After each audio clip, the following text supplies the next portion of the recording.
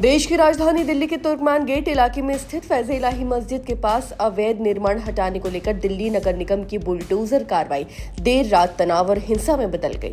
ये कार्रवाई दिल्ली हाईकोर्ट के स्पष्ट निर्देशों के तहत की जा रही थी, लेकिन स्थानीय लोगों के विरोध के चलते हालात बिगड़ गए और इलाके में पथराव की घटना सामने आई। वहीं एमसीडी की टीम जब देर रात रामलीला मैदान के पास सैयद फैज़ इलाही मस्जिद और उससे सटी जमीन पर अतिक्रमण हटाने पहुंची, उसी दौरान बड़ी संख्या में लोग मौके पर इकट्ठा हो गए। देखते ही देखते भीड़ उग्र हो गई और पुलिस तथा निगम की टीम पर पत्थरबाजी शुरू कर दी गई। वहीं स्थिति बिगड़ने पर पुलिस को हल्का बल प्रयोग करना पड़ा और भीड़ को नियंत्रित करने के लिए आंसू गैस के गोले छोड़े गए।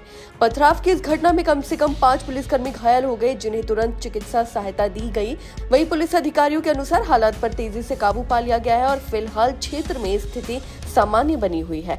इलाकों में एहतियातन भारी पुलिस बल तैनात कर दिया गया है। वहीं सेंट्रल रेंज के संयुक्त पुलिस आयुक्त मधुर वर्मा ने बताया कि दिल्ली हाई कोर्ट के आदेशों के अनुपालन में 7 जनवरी के तड़के एमसीडी द्वारा अतिक्रमण हटाने की कार्रवाई की गई थी।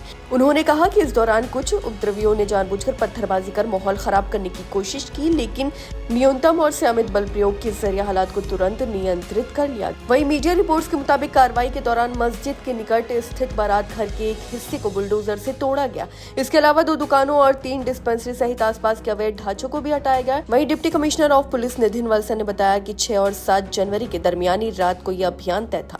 जब एमसीडी की मशीनरी मौके पर पहुंची तब करीब 100 से 150 लोग इकट्ठा हो गए। समझाने पर अधिकांश लोग वहां से चले गए, लेकिन कुछ असामाजिक तत्वों ने हंगामा कर पत्थरबाजी शुरू कर दी।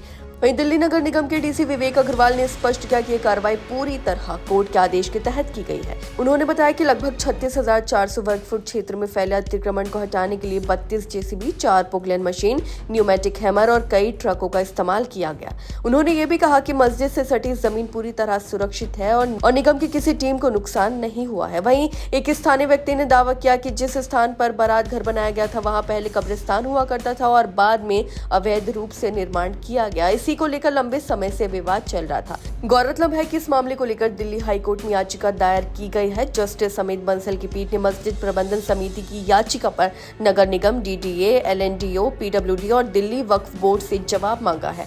कोर्ट ने संबंधित एजेंसियों को 4 सप्ताह के भीतर जवाब दाखिल करने का निर्देश दिया है और अगली सुनवाई 22 अप्रैल को तय की गई है। वहीं याचिका में एमसीडी के 22 दिसंबर 2025 का आदेश को चुनौती दी गई है, जिसमें कहा गया था कि मस्जिद से संबंधित 0.195 एकड़ भूमि को छोड़कर बाकी सभी संरचनाएं अवैध है, क्योंकि जमीन के स्वामित्व से जुड़े कोई वैध दस्तावेज प्रस्तुत नहीं किए गए हैं। आपकी इस बारे में क्या राय है, हमें कमेंट करके जरूर बताएं। फिलहाल इस खबर में बस इतना ही और ऐसी ही तमाम खबरों को देखने के लिए देखते रहिए भारत एक्सप्रेस।